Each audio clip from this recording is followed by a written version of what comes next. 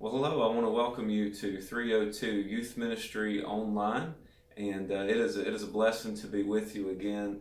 For those of you who have not been in a class, my name is Peter McDonald, and I have the joy and awesome privilege of being able to teach youth ministry here at Fruitland. This is my fourth year on staff at Fruitland Baptist Bible College, and I'm thankful that you have taken the time to learn and grow in the field of youth ministry. Just a little bit about me. If you haven't been in a class that I've taught up to this point, I'm 29 years old, and I'm the husband of Tara, my wife. We've been married now for 10 years. I have two boys, Micah and Malachi. Malachi is 3, Micah is 6. We are licensed foster parents.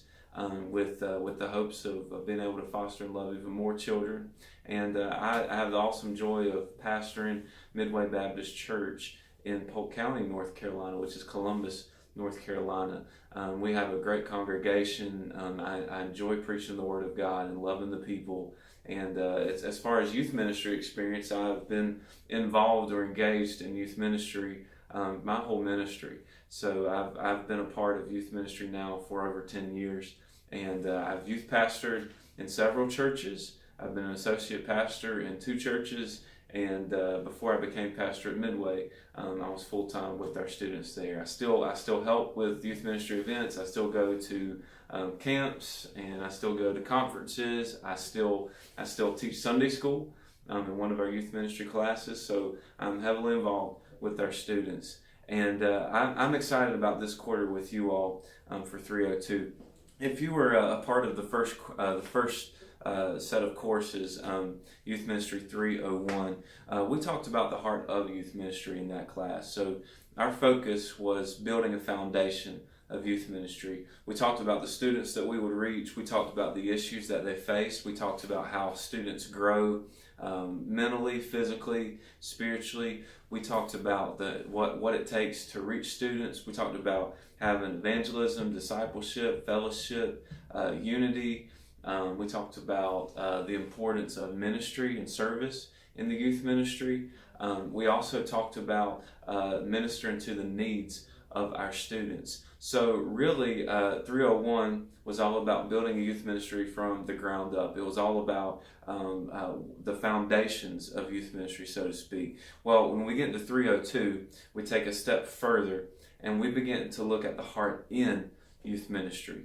And this is a course about maintenance. This is a course about organization. This is a course about planning, which is probably one of my least most effective traits in my life, characteristics in my life. But we must have a class on this, okay? I want to begin the course by encouraging you to stay on task. I'm going to do my best to keep you on topic. I'm going to do my best to keep you up to date with assignments and what's due. I'm going to do my best to keep an organized discussion going throughout the course that will intrigue you, but also engage you to work with other students. And so I encourage you to do your best to have a heart that is ready for maintenance and organization and for planning. Before we begin with our first lesson, this may be a longer video than most, but the way that we're going to do this is I'm going to introduce to you the syllabus and what's expected for the course, and then we're going to begin with our first lesson for the day. So the way that the course works, this class is about maintaining a heart for ministry. We're going to examine your heart as a student.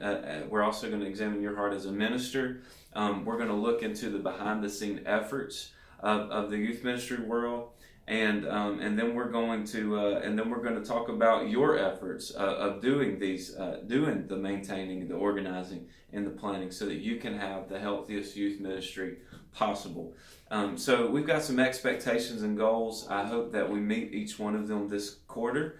One is to gain an understanding of the day-to-day maintenance of the II strategy, that's incarnational, intentional strategy that we picked up on in 301. We also want to acquire skills and resources that are necessary to intentionally lead other people to accomplish a healthy youth ministry. We want to progress in your ability to counsel with students and parents. We also want to help you to develop a greater trait of communication when it comes to engaging the youth culture with the gospel. We want to talk about current youth ministry resources and programs that are going to help you intentionally engage your students for Christ. And then we're also going to discuss towards the end of the quarter the importance of maintaining a youth ministry budget and making sure that we are good stewards of the resources that are given to us by the ministries that we are a part of. If we can accomplish those goals, I promise you that you will enjoy this class. And I'm going to do my best to keep us on task throughout this quarter. I want to talk to you about now some things that are going to be expected of you each and every week. One of the things that I want you to do is to make sure that you log onto the student portal at least once a week. I want to make and listen. You're probably going to do well to log in multiple times throughout the week. Sometimes this course can be overwhelming because there are a lot of things that are due. I prefer a lot of activity. I prefer you engage the students and youth pastors and do the projects and things like that. I encourage you to be active with this course. So you're going to need to log into the student portal as often as you can just to make sure that you're not missing out on anything. I'm going to do my best to post at the beginning of every week on Mondays a video that teaches the lesson for the week. It also gives you a devotional thought. I'm also going to make sure that you know what your assignments are for the week. All that will be posted by Monday of every week. When we go into the week, every week you're going to have your lesson. Your notes are going to be attached on the student portal with the lesson. It's impossible for you to learn the lessons without seeing the video. So every week you're going to need to see me. Every video is going to be current, so as current as that week. All right. After you finish your lessons, there's going to be a personal reflection tab there on the student portal. Every week you're going to be assigned a personal reflection where you're going to engage with other students and you're going to discuss what you are learning throughout the course. Here's how the student portal is going to work. I'm going to ask you 3 sets of questions. Okay, so there might be 4 or 5 questions that you're going to need to work through. All right, those questions are going to be parallel with the text that you are reading for the week, also the lesson that you have learned, and then a movie that we're going to be watching throughout the quarter. Okay, I'll get more to the personal reflections in just a moment. But before we do that, I want to talk to you first about the textbooks that you're going to be reading for this quarter. We're going to keep up with the classic, Your First 2 Years in Youth Ministry by Doug Fields. We use this in 301. We also use it in 302. In 301, we covered the first half of the book. 302, we read the second half of the book. You'll notice that I don't assign reading according to order of chapters. I assign reading according to subject content. All right, so you're going to finish reading this book. Make sure that you look at the portal in your syllabus to see what the readings are each and every week. They will not change. The second book that you're going to be looking at is going to be Duffy Robbins' Youth Ministry Nuts and Bolts. And this is actually the third quarter that I've used this book. And again, you're not going to read through the whole book. I'm going to be picking out selections from the book for you to read and engage with. All right, so this book will be very beneficial to your ministry, especially when it comes to the budgets, when it comes to making crucial decisions that are behind the scenes efforts, and also talking about longevity in youth ministry. So Duffy Robinson's Youth Ministry Nuts and Bolts is a really good book for you to have in your library.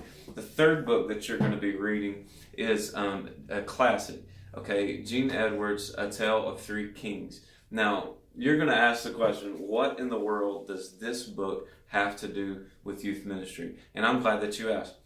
We read this book for devotional thoughts. We read this book for reflection purposes, and we read this book with the purpose of you seeing the importance of you being subordinate to God, under His authority, under His leadership. You're going to find that this is actually in story, the story of David, Saul, and Absalom. It's a tale of three kings. You know that Saul was the king before David. He hated David for David being the anointed one to take over the throne after Saul was out. But you also know that Absalom would have been after David. Absalom wanted his daddy's throne, and so there was this constant argument that went on between Absalom and David and Saul. And David is the one that we want to be like, okay? So this is a story about King David and how he handled the pressures of somebody wanting to take his life, wanting to throw the spears, wanting to counter the will of God.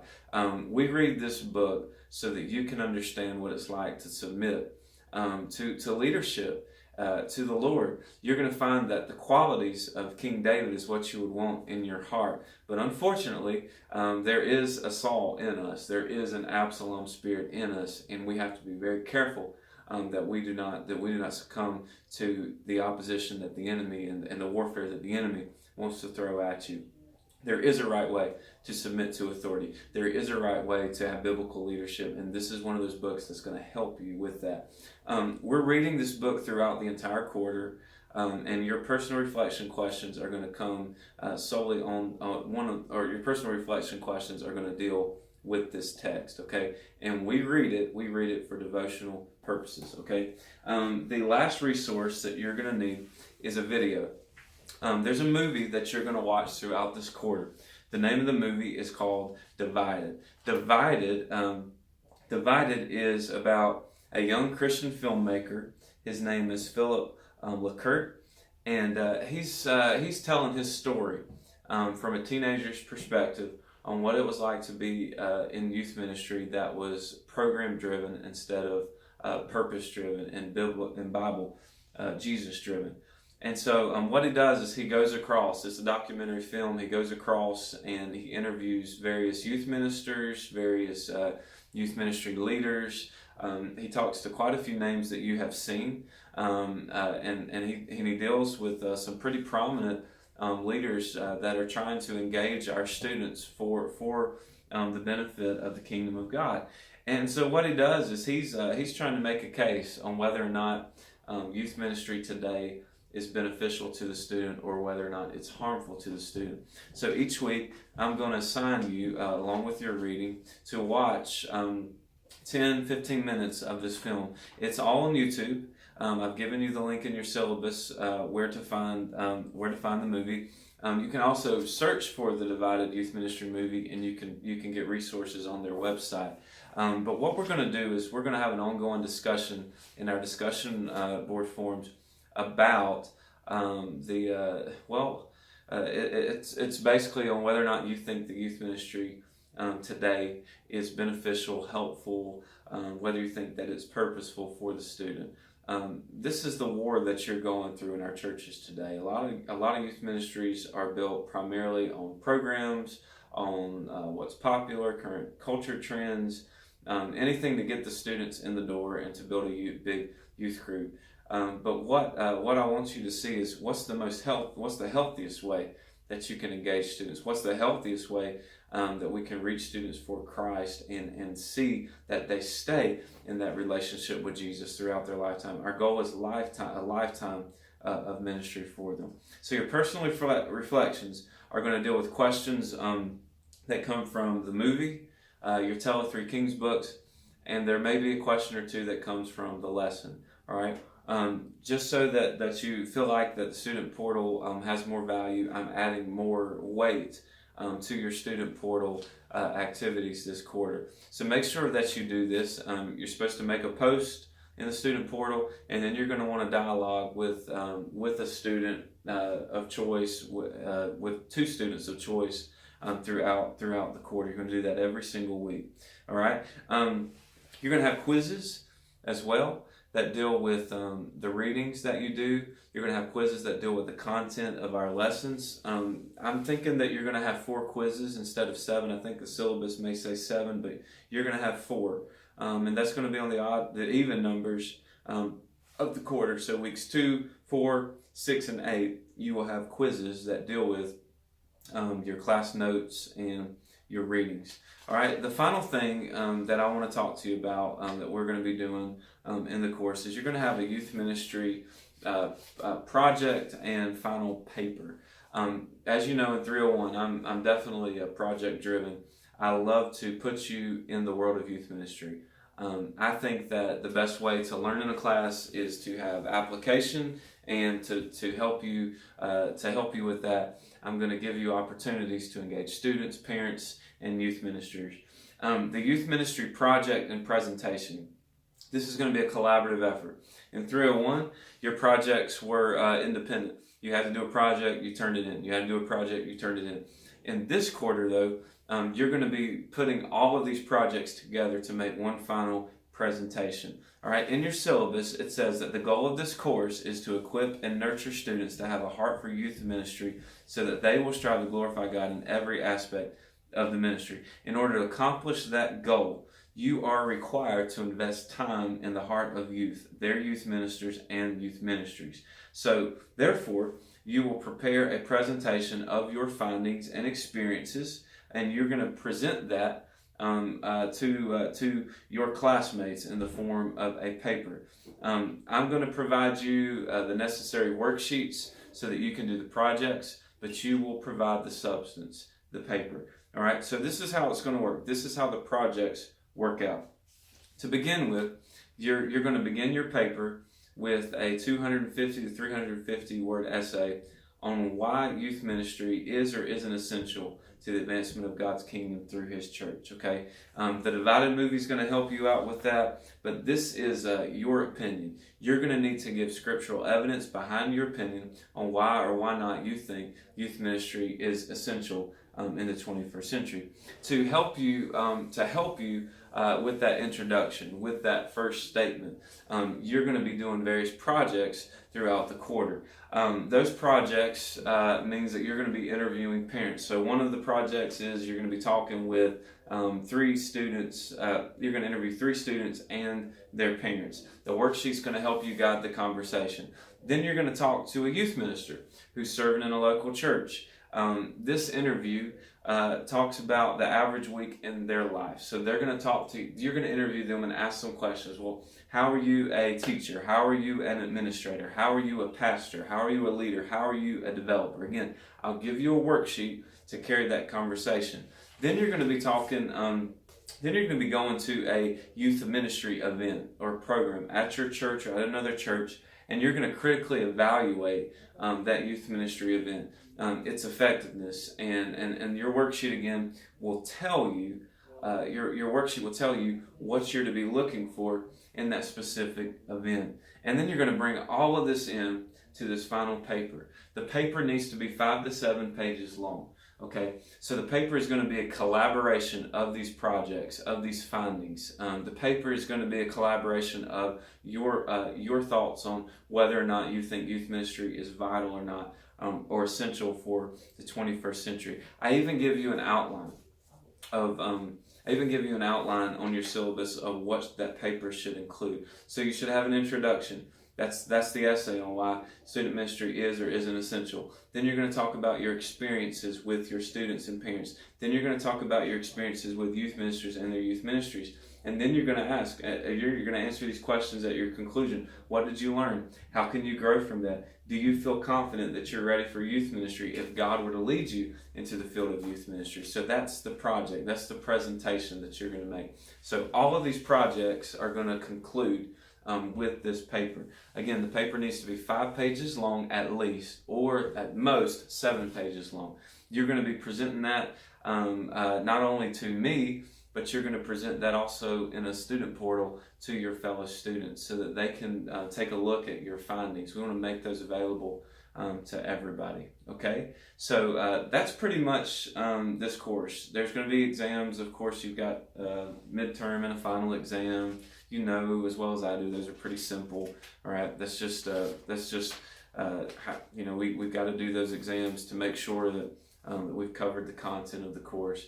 But that's the course. I know that you may feel a bit overwhelmed by the length of the syllabus. You may feel overwhelmed by the number of assignments. But I'm telling you guys, you are going to benefit greatly from this course. Stick with me, okay? Just pace yourself. I promise you that you'll enjoy having conversations with the students, with the youth leaders, and with their ministry events. I promise you that you will look at youth ministry in a different light when you're done with this course, okay? So I encourage you to be